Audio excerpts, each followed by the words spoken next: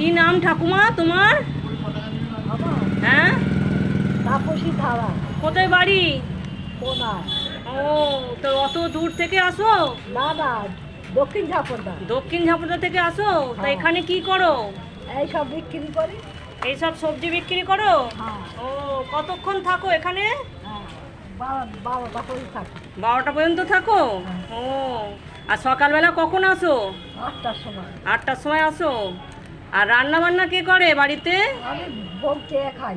ও, এখান থেকে ভোগ চেয়ে খাও? আচ্ছা, মায়ের ভোগ চেয়ে খাই। মায়ের ভোগ চেয়ে খাও, মাকড়চণ্ডী মন্দিরে মায়ের ভোগ চেয়ে খাও। হ্যাঁ। আর বাড়িতে কে আছে তোমার? বাড়িতে একটা মাথা খারাপ মেয়ে আছে। মেয়ে আছে? আর সে কি খায় তাহলে বাড়িতে?